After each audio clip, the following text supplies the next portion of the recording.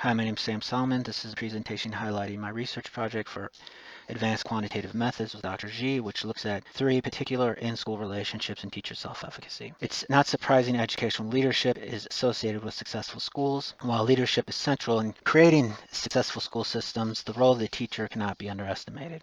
Significant research shows teacher self-efficacy is vital to an effective teaching and learning environment. Plus, the relationships teachers engage in with leaders, with their colleagues, and students are symbiotic with an effective educational program. This research examines through a series of models and analyses the relationships between teachers' relationships within the educational system and how those relationships may contribute to teacher self-efficacy. Multiple analyses will be conducted to determine if any of the relationships, that is, 1, teacher-leader relationships, abbreviated TLR, 2, teacher-teacher relationships, abbreviated TTR, and 3, teacher-student relationships, are significant predictors of teacher self-efficacy. There will be 4 types of analysis used to determine any predictive nature in these relationships, including potential mediation and moderation between variables. As a conceptual framework, this study will examine whether the in-school relationships affect teacher self-efficacy, and the research will determine if any one type of relationship has a more profound effect on teacher self-efficacy, and whether these relationships may interact in predicting it. The first analysis is an examination to see if there's a predictive relationship of teacher self-efficacy with teacher-leader relationships,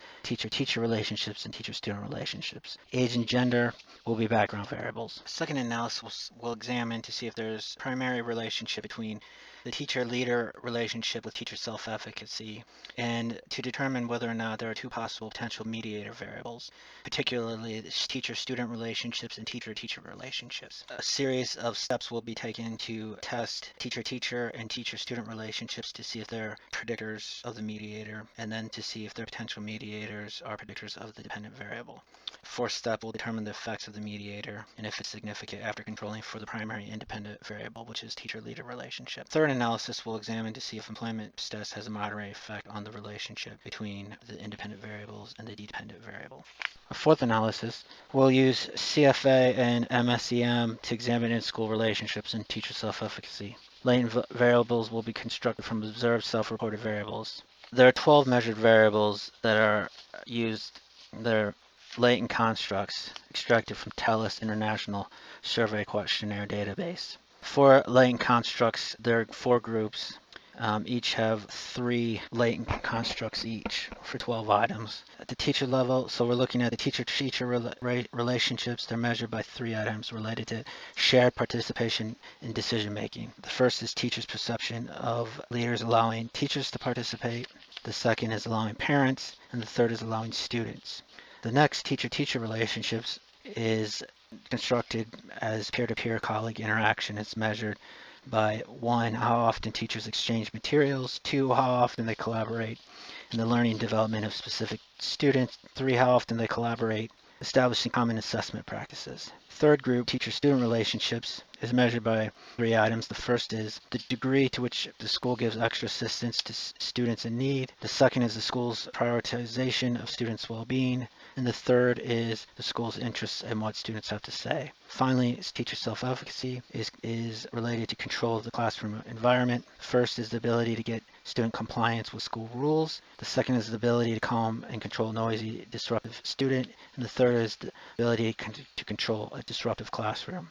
The endogenous outcome variables teacher self-efficacy at both levels, that is the school level and the individual teacher level. The exogenous variable predictors teacher-leader relationship. The 2 mediating variables are teacher-to-teacher relationships and teacher-student relationships. I'm hypothesizing that higher levels of teacher-leader relationships will predict higher levels of teacher-teacher and teacher-student relationships, which in turn leads to higher levels of teacher self-efficacy. All of this is measured through variables are from a series of questions in the questionnaire, the 2013 Teaching and Learning International Survey, known by its abbreviation TALIS. It's the teacher database. TALIS is not an assessment, but a self-reported survey. 31 different countries participated.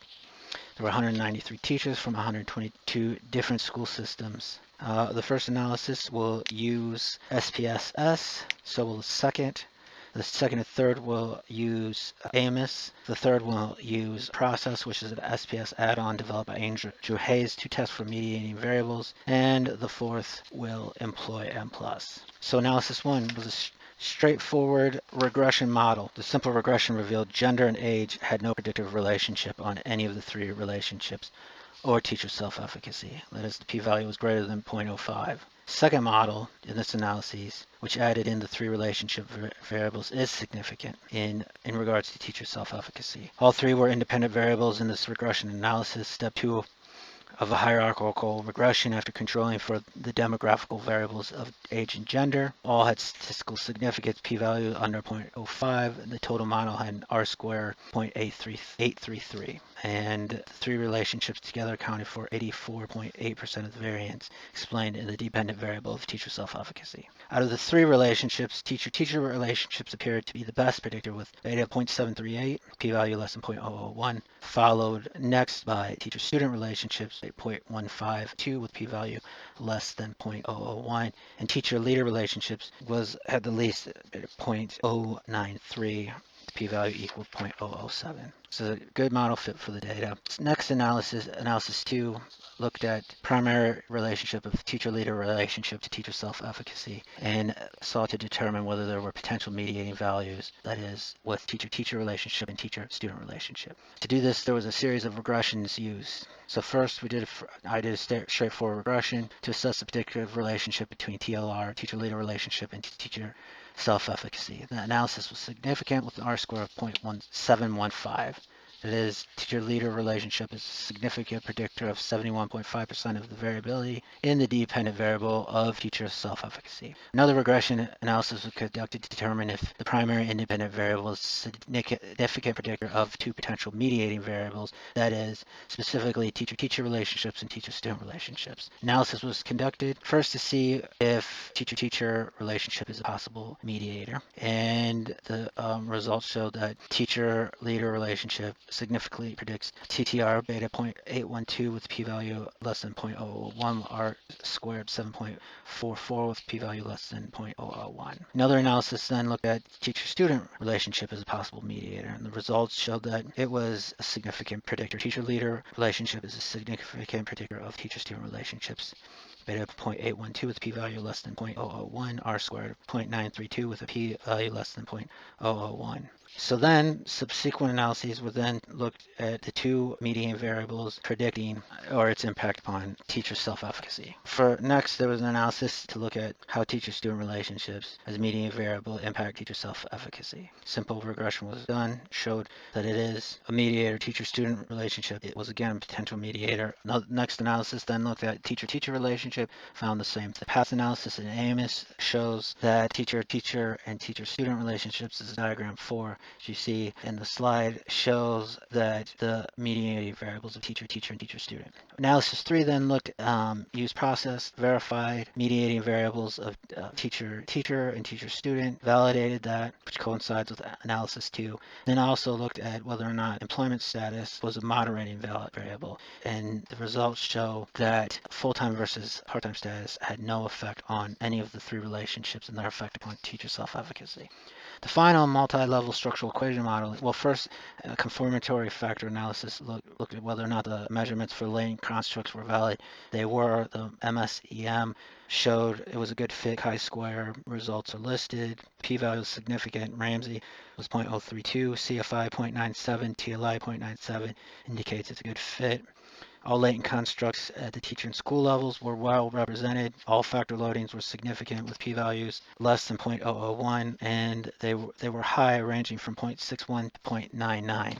As you can see from diagram, there's some interesting findings. First, let's look at the latent variables, though. As you can see, if any of the numbers here have asterisks, p-value is less than 0.05. So for all the constructs at both levels, they were good measurements. So for instance, teacher-leader relationships, teacher's perception of staff involved in decision-making, parents and students, that was a good construct of teacher-leader relationship. The exchanging of teaching materials, the frequency of discussing specific students' learning development, and working together to create common assessment was a great way of defining, measuring teacher-to-teacher relationships. The agreement that the school prioritizes students' well-being, that teachers listen to students, and that the school gives extra student assistance to students in need, that was good for teacher-student relationships, and teachers' abilities to get students to follow rules, their ability to calm and disrupt proactive student and to calm a disruptive classroom, all is good for teacher self-efficacy. At the individual level,